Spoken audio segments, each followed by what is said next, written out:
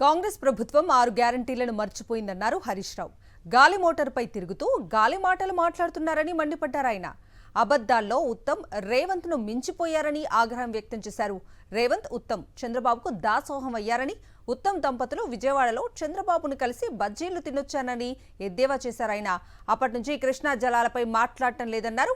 Crop హాలిడేలు ప్రకటించి పంటలు ఎండబెట్టారని fire అయ్యారు హరీష్ రావు. ఉత్తమ్ కుమార్ రెడ్డి రేవంత్ రెడ్డిని మించిపోతున్నాడు. దేంట్లో అబద్దాలు ఆడుట్లా. అబద్దాలకు బ్రాండ్ అంబాసిడర్ రేవంత్ రెడ్డి. కానీ నిన్నయాల ఉత్తమ్ కుమార్ రెడ్డి రేవంత్ రెడ్డిని కూడా మించిపోతున్నట్టు. ఎందుకంటే అబద్దాలాడి రేవంత్ రెడ్డి సీఎం అయిండు. నేనే ఆయన కంటే తక్కువ అబద్దాలు ఆడినా అందుకే సీఎం కాలేదు అనుకుంటుండో ఏందో. నేను రేవంత్ రెడ్డిని మించిన అబద్దాలు ఆడతా అనుకుంటుండే ఈ మధ్యలో ఉత్తమ్ కుమార్ రెడ్డి. సో అబద్దాలకు బ్రాండ్ అంబాసిడర్ రేవంత్ రెడ్డి అయితే ఆ బ్రాండ్ అంబాసిడర్కు తాత ఈ ఉత్తమ్ కుమార్ రెడ్డి తయారైపోయింది. ఆ గోబల్ సెంట్ ఆయన బతుకుంటే ఉరి పెట్టుకుంటుండే ఉత్తమ్ కుమార్ రెడ్డి అబద్దాలు చూస్తే అబ్బా వీడియో కూడా నన్ను మించిపోయింది అనుకుంటుండే. అట్లా తయారైపోయింది ఉత్తమ్ కుమార్ రెడ్డి. మాట్లాడితే అబద్దాలే. ఇవాళ కూడా మాట్లాడుతూ రాయలసీమ లిఫ్ట్ ఇరిగేషన్ గురించి మాట్లాడుతున్నాడు. రాయలసీమ లిఫ్ట్ ఇరిగేషన్ పనులను గ్రీన్ ట్రిబ్యునల్ ద్వారా స్టే తెచ్చి పనులు ఆపిందే బీఆర్ఎస్ ప్రభుత్వము. రాయలసీమ ఎత్తిపోతల పథకాన్ని అపెక్స్ కమిటీ ఎజెండాలో పెట్టాలని అపెక్స్ కౌన్సిల్లో ఆ ఎజెండాలో పెట్టించి కేసీఆర్ గారు స్వయంగా రాయలసీమ ఎత్తిపోతల పథకం అక్రమ ప్రాజెక్టు, దీన్ని నిలిపివేయాలని అపెక్స్ కౌన్సిల్లో గొంతెత్తి ప్రశ్నించిందే కేసీఆర్.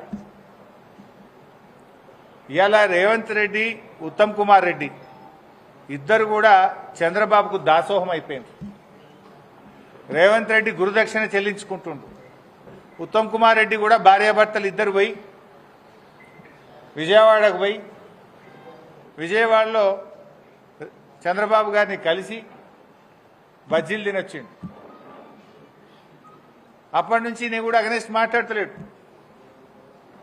కృష్ణా నదీ జలాల్లో 10 ఏళ్ల రాష్ట్ర చరిత్రలో ఎప్పుడూ కూడా వాడనంత తక్కువ నీళ్లు వాడింది ఈ సంవత్సరం కాంగ్రెస్ ప్రభుత్వం. కిందికి నీళ్లు వదిలింది. మొత్తం ఆంధ్రాకు దాసోహం చేసి ఖమ్మం, నల్లగొండ, మహబూబ్ నగర్ జిల్లాల్లో పంటలు ఎండబెట్టింది కాంగ్రెస్ ప్రభుత్వం. క్రాప్ హాలిడే ప్రకటించింది కాంగ్రెస్ ప్రభుత్వం. ఈ సంవత్సరం మనకు తాత్కాలిక కేటాయింపుల ప్రకారం ఇచ్చిన నీళ్ల కంటే 65 టీఎంసీల నీళ్లు తక్కువగా వాడిన చేతగాని దద్దమ్మ ప్రభుత్వం కాంగ్రెస్ ప్రభుత్వం. ఇలా 65 టీఎంసీలు తక్కువ వాడడం అంటే 6,50,000 ఎకరాలకు పంటకు నీళ్లు ఇవ్వకపోవడమే. ఉన్న హక్కును, ఉన్న తాత్కాలిక కేటాయింపుల్ని కూడా వాడుకోకుండా ఆంధ్రాకు నీళ్లు వదిలింది నువ్వు కాదా ఉత్తమ్ కుమార్ రెడ్డి? దీనికి ఎందుకో సమాధానం చెప్పవు. చెంపలేసుకొని ముక్కు నేలకు రాయి.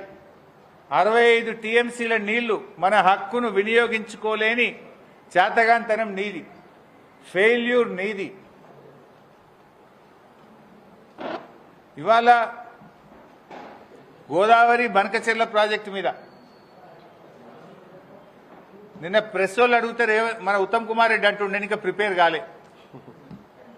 వెనకట కేసీఆర్ గారు అసెంబ్లీలో ప్రజెంటేషన్ ఇచ్చిండు.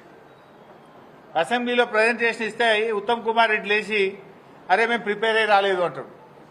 ఏది అసెంబ్లీలో మాట్లాడమంటే మైక్ ఇస్తే స్పీకర్ గారు నేను ప్రిపేర్ అయ్యి రాలేదని లేచిపోయింది ఆ రోజు అసెంబ్లీలోకి. నిన్న ఉత్తమ్ కుమార్ రెడ్డి గారిని గోదావరి బంకచెర్ల మీద ఏమైతుంది అంటే ఇంకా నేను స్టడీ చేయలేదు, స్టడీ చేసి మాట్లాడుతా అంటాడు. నువ్వు నీటిపారుదల శాఖ మంత్రివా ఏంటిది? నువ్వు స్టడీ చేయకుండా ఉంటావు. స్టడీ చేయలేదంటే నువ్వు ఎంత బాధ్యత రహిత్యంగా ఉన్నావు. రాష్ట్రానికి సంబంధించిన అతి ముఖ్యమైన గోదావరి జలాలకు సంబంధించిన ఇష్యూ మీద స్టడీ చేయలేదని మాట్లాడతారు. నిన్న కేబినెట్లో గోదావరి బంకచెర్ల మీద మాట్లాడతారు.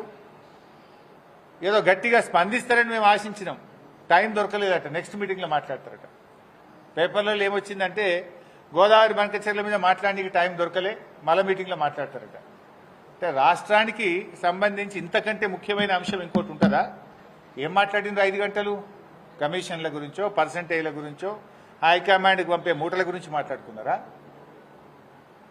400 టీఎంసీల గోదావరి జలాలను అక్రమంగా ఆంధ్రప్రదేశ్ ఏ అనుమతులు లేకుండా తరలించకపోతుంటే గుడ్లప్పగించుకొని చూస్తారా? సుప్రీంకోర్టుకు పోయి ఆపే బాధ్యత లేదా? కేంద్ర మంత్రి మీద ఒత్తిడి తేరా? నీతి ఆయోగ్ మీటింగ్లో ముఖ్యమంత్రి ప్రధానమంత్రిని ఎందుకు ప్రశ్నించలేదు? మేము సూటిగా అడుగుతా ఉన్నాం.